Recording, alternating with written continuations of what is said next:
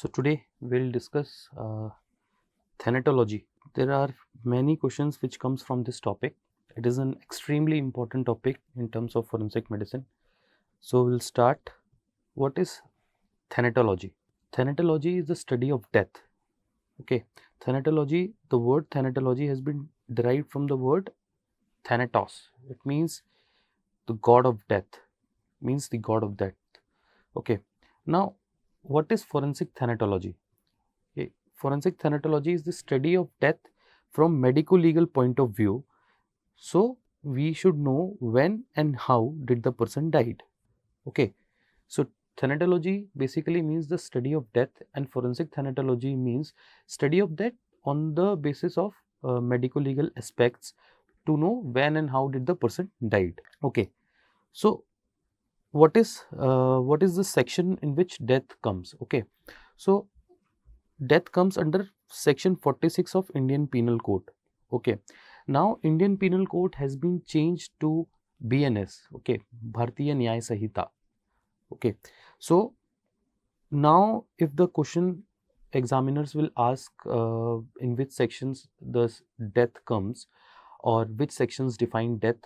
Okay, so now it is under section 2 of BNS and subsection 6 of 2 BNS. Death is being defined. Okay.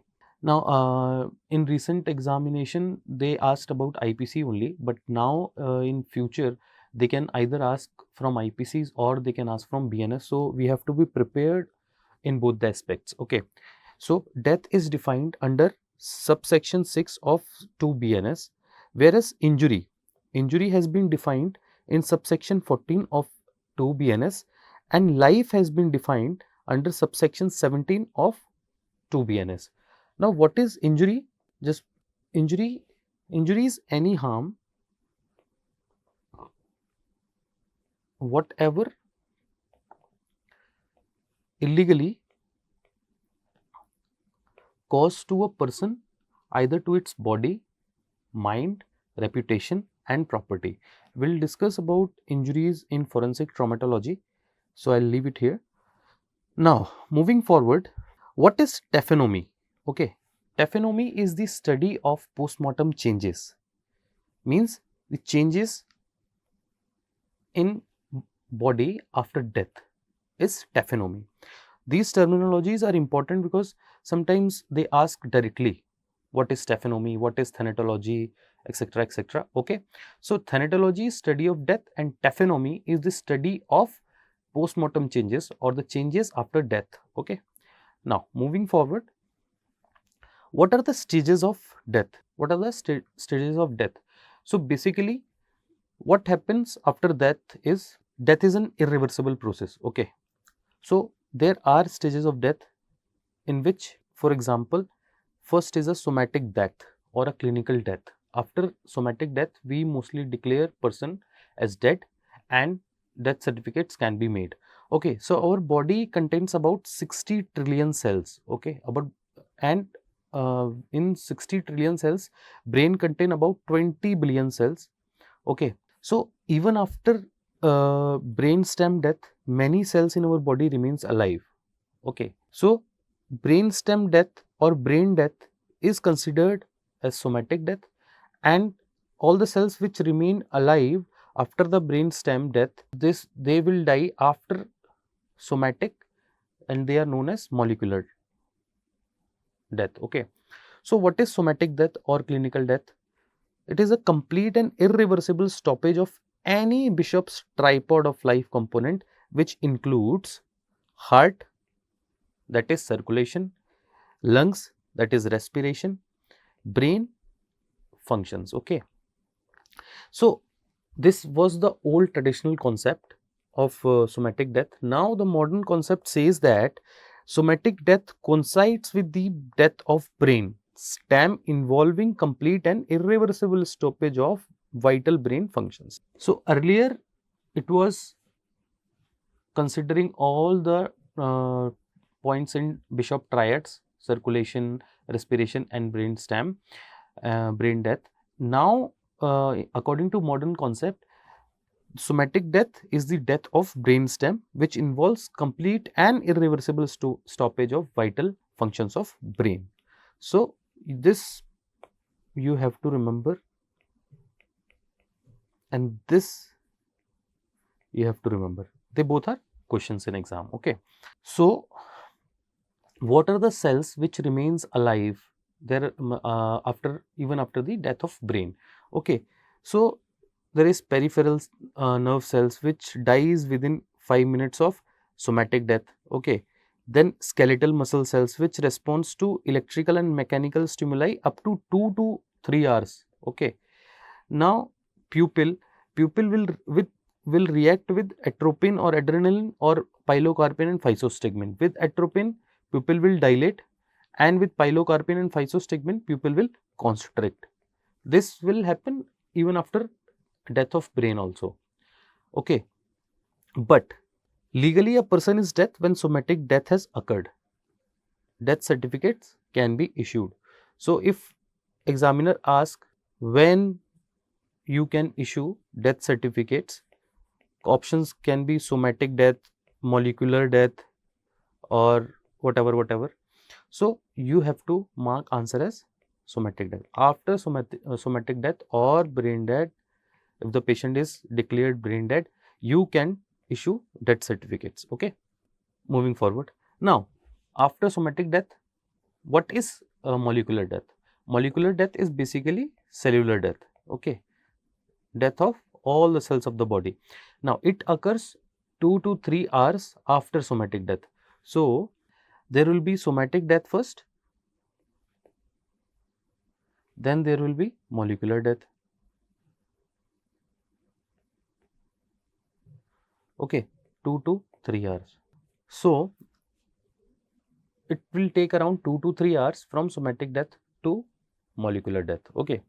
Now, as I said, what is molecular death? It is the death of all individual cells of the body. Death of all individual cells of the body. Now, there is a time gap of 2 to 3 hours between somatic and molecular death. Now, what is this period known as? This period is known as supravital period. Supravital period. This is a very important question. This period is known as supravital period. It is a time gap between somatic and molecular death. Okay.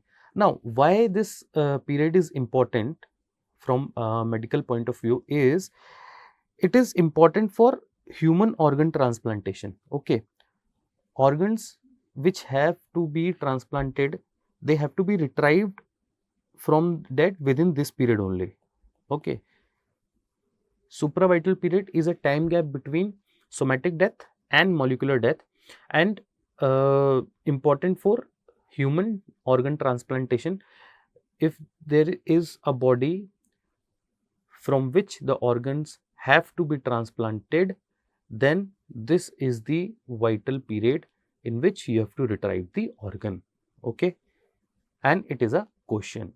So, if there is an injury when a person is live, it is known as antemortem injury. If there is a injury over the body after death, it is postmortem injuries or postmortem wound. Now, if there is an injury during supravital period, it is known as perimortem injury. It is known as perimortem injury or perimortem wound. Okay. So, now we will see the organs which we have to transplant, how much time we have from taking out the organ till transplantation. So, we have to take liver within 15 minutes. Okay. Kidney within 45 minutes, heart within 1 hour, and cornea within 3 hours of death. Okay. And these are also important points which can be asked in question. Okay. So, supravital period. In supravital period, you will take out organ for transplantation. Now, if we consider liver, we have time of 15 minutes. Okay. Kidney 45 minutes, heart 1 hour, and cornea 3 hours. Okay. So, what is brain death? Brain death. In brain death, we will study about 3 important criterias. or 3 important protocols. Okay, first is Harvard criteria, second is Philadelphia criteria protocol, third is Minnesota criteria. Okay, these 3 criterias are very important, and many a times many questions have been asked from this topic. So this topic you have to learn by heart. Okay, brain death. So coming to what is Harvard's criteria. Harvard's criteria was given in 1968. Now, it contained 5 important points. You have to just learn 5 important points. The first point is unreceptivity and unresponsivity of the brain. Okay, even with the most painful stimuli, that is reception, the person won't be able to react anything. Okay, even with the most painful stimuli, person produces no vocal or other responses. Okay, so this is unreceptivity and unresponsivity. If there is unreceptivity and unresponsivity, we will consider it as one of the point of brain death according to Harvard's criteria. Now, what is the second point? No movements or breathing.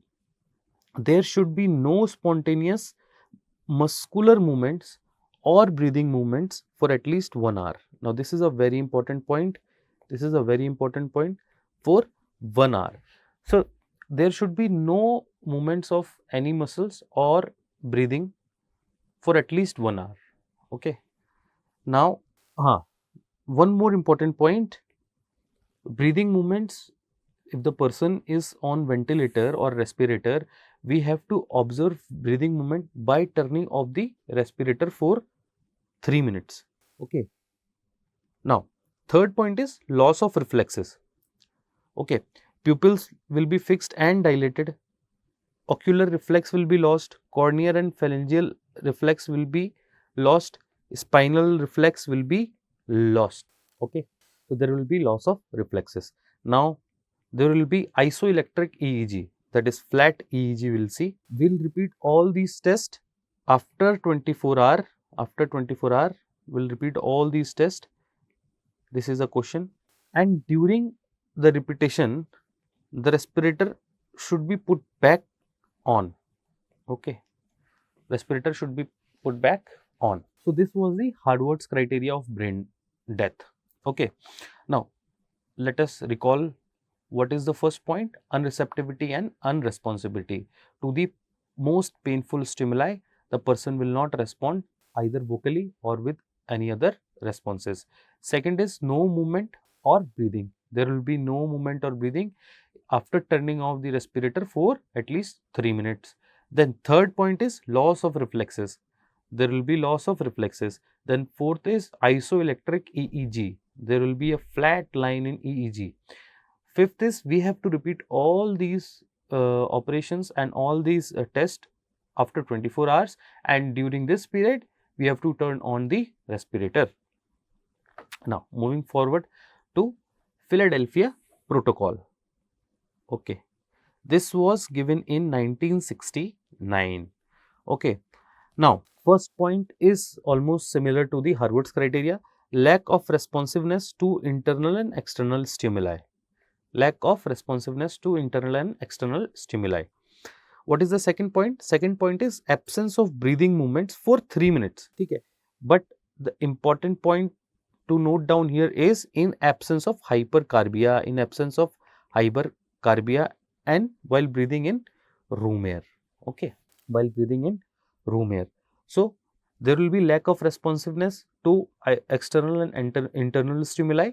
Second point is absence of breathing movement for 3 minutes in absence of first hypercarbia, and second is the person is breathing in, should be breathing in room air. Okay. Now, third point is no muscular movements, no muscular movement whatsoever. Okay. Fourth is loss of all reflexes. There will be loss of all reflexes. Fifth is falling arterial pressure without support of drugs. Okay.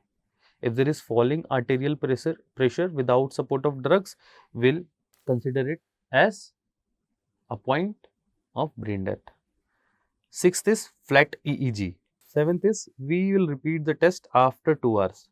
After 2 hours. In Harvard's criteria, we were repeating test after 24 hours. In Philadelphia, we will repeat the test after 2 hours. After 2 hours. And other point of difference is respirator is put off during 2 sets.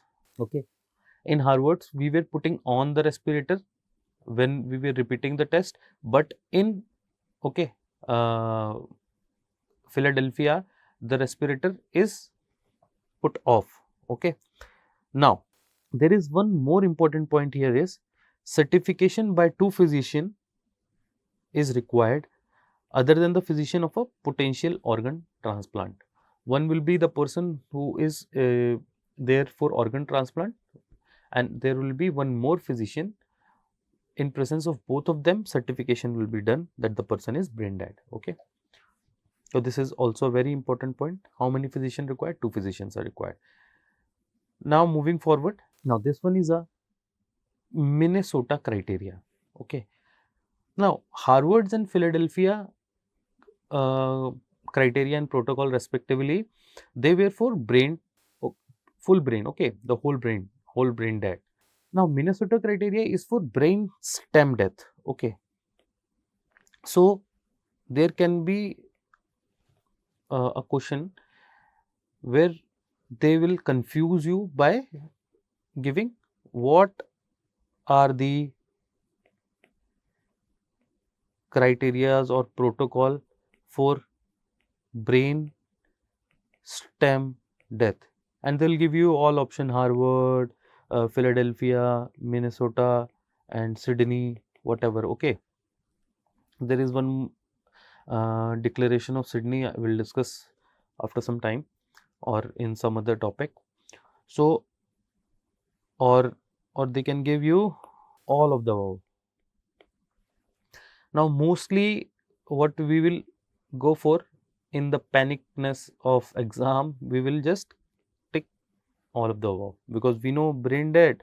Okay, I have learned about Harvard, I have learned about Philadelphia, and I have learned about this Minnesota. So the answer is all of the above. No, if they are asking you about brainstem death, the answer will be Minnesota. Okay, the answer will be Minnesota. So okay, so what is Minnesota criteria? What is Minnesota criteria? It is for the brainstem death. The first point is very common, no spontaneous movement. There will be no spontaneous movement. Second will be no respiration for a period of 4 minutes. This is the question. No respiration for a period of 4 minutes. 4 minutes. Remember 4 minutes. Okay. Third is absence of 5 major brain stem reflexes. There will be absence of 5 major brain stem reflexes. First is there will be no pupillary response to light. There will be no pupillary response to light. The pupils will not react to light at all. Okay. Second will be no corneal reflex. No corneal reflex. No corneal reflexes will be there. Third will be vestibulo-ocular reflex will be absent. Vestibulo-ocular reflex will be absent. Okay. Fourth will be no ciliospinal reflexes will be there. What is ciliospinal reflexes? Whenever there is a painful stimuli given to face or neck or upper trunk, there will be dilatation of bilateral pupil. Okay, but they will be absent in brainstem death. So last and fifth one will be there will be no gag reflex. So there will be no pupillary reflex to light. There will be no corneal reflex. There will be no ciliospinal reflex, there will be no vestibulo-ocular reflex, and fifth one will be there will be no gag reflex. Okay. Now fourth is EEG is not mandatory in Minnesota. EEG is not mandatory in Minnesota criteria. Is not mandatory in Minnesota. This is a question. This is a question. Now all these tests will be repeated after 12 hours. Okay. Harvard's में it was 24 hours, Philadelphia में it was 2 and Minnesota में it was 12 hours. Okay. Okay. Now moving forward. Talking about the Indian scenario, in India, brainstem death is accepted as death. Okay. In India, if there is a person with brainstem death, it will be considered death. Okay. Now, as per Human Organ Transplantation Act of 1994, the removal of organ should happen only after brainstem death.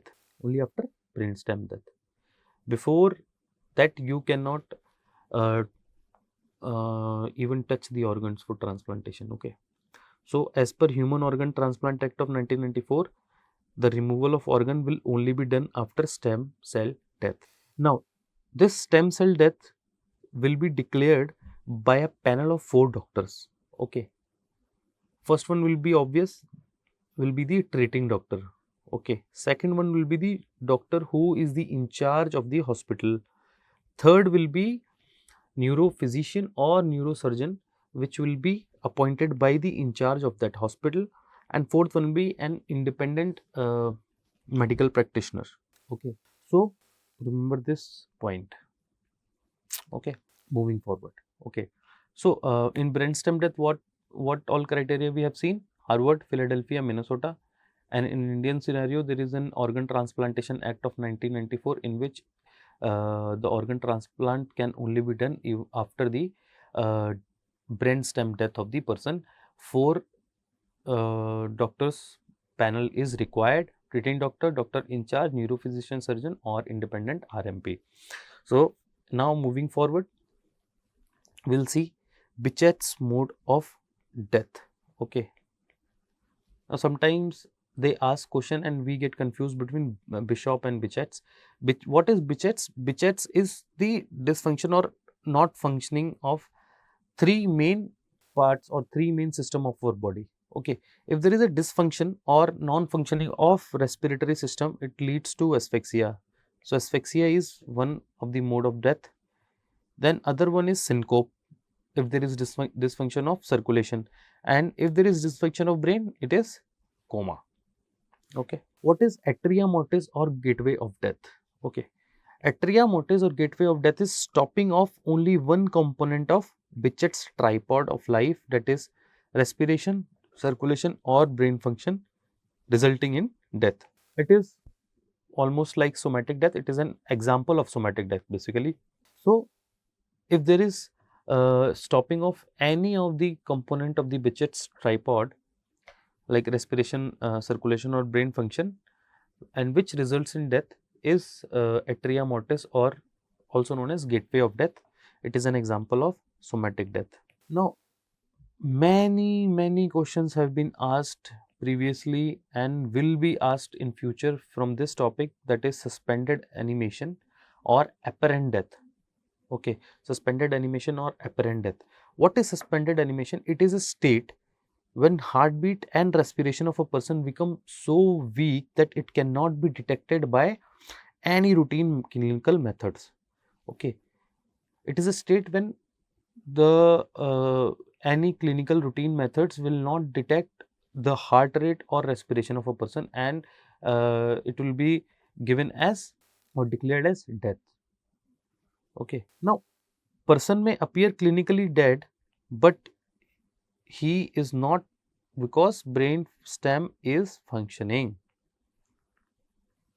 So according to the definition of somatic death in modern concept, the person is death only when the brain stem function stops or brain function stops. So in definition of suspended animation, it says it is a state when where heart and respiration of a person becomes so weak then they cannot be detected in clinical routine methods, but the person cannot be declared that in such condition, because brain is functioning now. Brain is functioning. So what are the conditions in which we will see suspended animation? Suspended animation will be seen in prolonged anesthesia A, in newborn mein it is very common. It is very common in newborn. Barbiturate poisoning B, we will see in some conditions like cholera, cachexia, that is cachexic conditions mainly seen in immunocompromised patients like cancers and all, concussion. Then we can see such a condition in drowning also. Okay, we can see in electrocution, we can see In hypothermia, that is person is in frozen state, hypothermia or hyperthermia, sunstroke, shock, insanity. Okay. Now, voluntarily voluntarily suspended animation is seen in yoga practitioners. Okay, they call it as trance state. They can voluntarily go in such a state where they can stop their breathing and respiration for like couple of minutes or something. So now in typhoid or enteric fever also you'll see this suspended animation and morphine overdose. So A for anesthesia. In prolonged anesthesia, you will see suspended animation. Then B for barbiturate. In barbiturate, you will see suspended animation. C for cholera, cachexia, and concussion. You will see suspended animation. D, drowning. You will see suspended animation. E, electrocution. F, in frozen state, like in hypothermia, you will see. Then hyperthermia also you will see. Hyperthermia also contains sunstroke or heat stroke. Okay. Then comes in insanity. You will see suspended animation. Yoga practitioners and all, they can voluntarily go in a state of trance, which is also a suspended animation. Then in typhoid and in morphine overdose, you will see suspended animation. Now there is one interesting syndrome, Lazarus syndrome. Okay, they may ask question on this. What is Lazarus syndrome? Person coming back to life after having apparently death. This is a Lazarus syndrome. Just remember the name and what is the definition. Okay, you can get a question. So moving forward from suspended animation,